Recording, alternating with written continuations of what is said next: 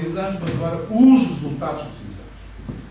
As notas, as classificações, as médias, as análises por discípulo. São os resultados para que é que servem.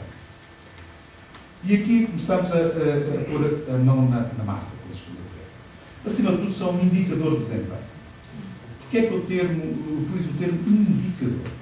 Um indicador quer dizer que nós, em termos estatísticos, quer na economia, quer na sociologia, há coisas que são dados mais objetivos e há outros que são, digamos, dados de aproximação. Um indicador é um referencial. E havia um historiador francês que me inspirou sempre muito, que foi o Fernand Braudel, que dizia que os números não resolvem problemas. Agora, ajudam-nos a não colocar maus problemas. Ou seja, dão-nos as baias, os referenciais, que nos esclarecem um pouco sobre como colocar o problema. E nós dizemos que não há boas soluções para maus problemas. Não há um problema, seja o que for, na política, na ciência, seja o que for, é o ponto de base. Uma má pergunta não pode ter uma boa resposta, a não ser com alguma imaginação. Não é? Mas, nesta perspectiva, tenhamos em atenção que estes resultados são um indicador. Serve para podermos lá chegar, desde que o consideremos depois no contexto de outros indicadores. Cruzar, ordenar, e que nos vai ajudar a ter ordens de grandeza, identificação sumária de problemas, identificação de pontos fortes, pontos fracos, tudo bem. Mas não absolutamente assim. Em segundo lugar, é aquilo que nós costumamos dizer, que é uma variável de aproximação. Ou seja, é algo que nos ajuda, como eu estava a dizer, juntamente com outras variáveis, podemos atingir um pouco mais de esclarecimento daquilo que pretendemos analisar, o objeto que pretendemos analisar. Ora bem, é destas coisas que os exames podem servir. E, ao fazer este tipo de abordagem, temos que ter muito cuidado. E antes de responder isto, porque eu costumo designar, já utilizei isto no passado, mas é uma imagem, se repararem, as chamadas anedotas picantes, uma boa anedota picante não precisa nem dizer as neiras, nem de recorrer a figuras ou a imagens menos condizentes com a dignidade das pessoas. A boa anedota picante é aquela que desperta leituras. Não é? Portanto, o problema não está em quem conta a anedota. O problema está em quem a ouve. A maldade, não é, como se costuma dizer, está sempre do outro lado, nunca está em quem conta. Uma boa anedota é assim. Ora bem, os resultados dos exames é uma espécie de anedota picante. O problema não está nos números que lá estão, está nas leituras que se fazem deles. Umas mais abusivas, outras menos abusivas. E, portanto, muitas vezes, a forma como se leem os números é orientado pelo tipo de preocupações ou de ideologias que nós temos, muitas vezes na cabeça, e só vemos para ali e para aqui. E, muitas vezes, passam-nos as coisas ao lado e nem as vemos. Porquê? Porque não estamos com aquela pergunta adequada. Eu costumo dizer, ainda hoje disse, porque vim para aqui depois de me dar uma aula, quando nós lemos uma obra literária, quando vemos um romance, quando vemos uma novela, quando vemos um policial, nunca o lemos da mesma maneira. Ou seja, lemos hoje um policial, passados 5, 10 anos voltamos a ler e vamos reparar em coisas que não tínhamos reparado a primeira vez. Um filme. Não é? Como um filme. Exatamente, como um filme. Como um filme. Ou seja, qualquer objeto que permita essa identificação de leitura nunca é lida, porque o problema, para além do objeto, está na forma como nós olhamos. E se nós estamos preocupados com determinado tipo de coisas, olhamos para determinado tipo de coisas. Se estamos preocupados com outro tipo de coisas. Portanto, nessa perspectiva, os resultados dos exames são um bom indicador, mas não são o indicador.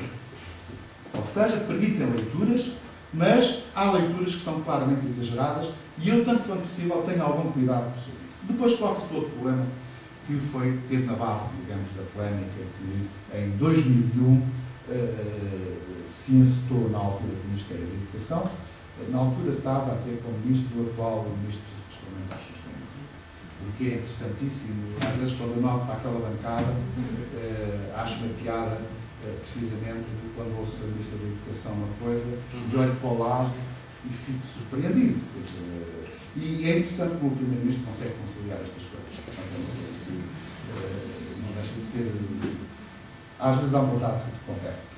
Mas é em termos de análise, mas só a distância é que me permite fazer isso. Não é? Ou seja, porque em termos de análise é algo que é motivador e que nos dá, enfim, aso um pouco à imaginação. Mas, acima de tudo, o que é importante, o problema dos resultados dos exames, que alguns ainda continuam a pôr em causa, é que é um direito. Eu não sei, eu devo dizer que estou nas tintas relativamente se é escola A, se é privada, se é pública, se está mais acima, se está mais acima. Agora, mesmo que eu não queira saber, eu tenho o direito de poder aceder a essa informação. E este é um ponto fundamental, não é mais um. Independentemente da discussão que se possa ter sobre como é que se lê os resultados, este ponto é, digamos, uma expressão, que eu digo também, que é uma expressão da liberdade. Podemos aceder e utilizar a informação para esclarecimento e fundamentação das nossas decisões. Se eu quero meter o meu filho numa escola A ou numa escola B, eu tenho o direito de saber qual é a posição da escola, mesmo que isso não me sirva de nada. Eu tenho o direito. E este é um direito inalienável que nós não podemos prescindir. E não me venha com o argumento de que, e era muito utilizado, que a utilização dos rankings, a má utilização dos rankings, poderia ser um fator que prejudicava as próprias escolas. E eu sempre entendi que a liberdade não é um fator que prejudique, seja quem for. Tem um custo. Tem um custo. Como qualquer outro valor. Mas esse é um valor pioneiro, principal e que é, para mim, incontornável. E, portanto, nessa perspectiva, essa liberdade de acesso e o direito ao conhecimento dos resultados, não sendo questionável, obriga-lhe a respeitar as leituras que se fazem dos resultados, mesmo que eu discorde delas. Só que, se alguém lê assim, eu tenho o direito de ler assado. E, portanto, vou tentar, depois, a partir daqui, tentar convencer-nos que a minha leitura é melhor que a dos outros. Digamos, o objetivo vai ser esse. Mas, quer dizer, eu tenho que respeitar as outras leituras. E não se pode dizer que as pessoas não sabem ler para a qualificação das aprendizagens. E hoje, ao fim destes anos, ao fim de 7 anos, sabemos que cada vez são mais as escolas que estudam os resultados que tiveram, comparam os seus resultados com os de outras escolas.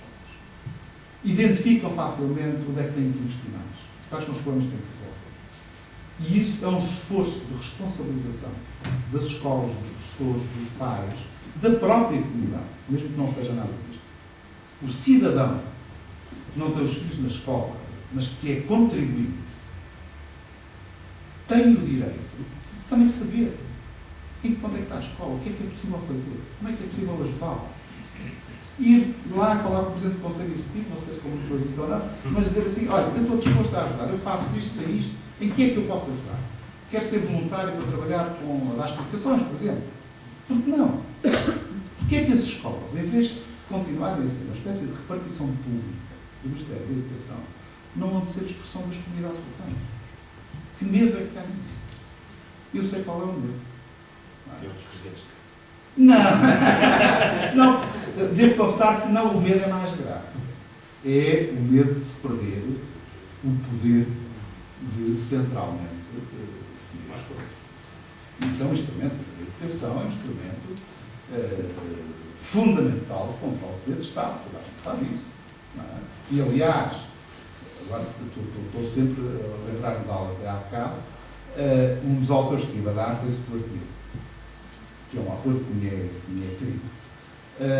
E ele dizia, porque era um liberal e profundamente defensor da liberdade de educação, ele dizia que, dado que a educação não é um bem de mercado, ou seja, é um bem de não mercado, porque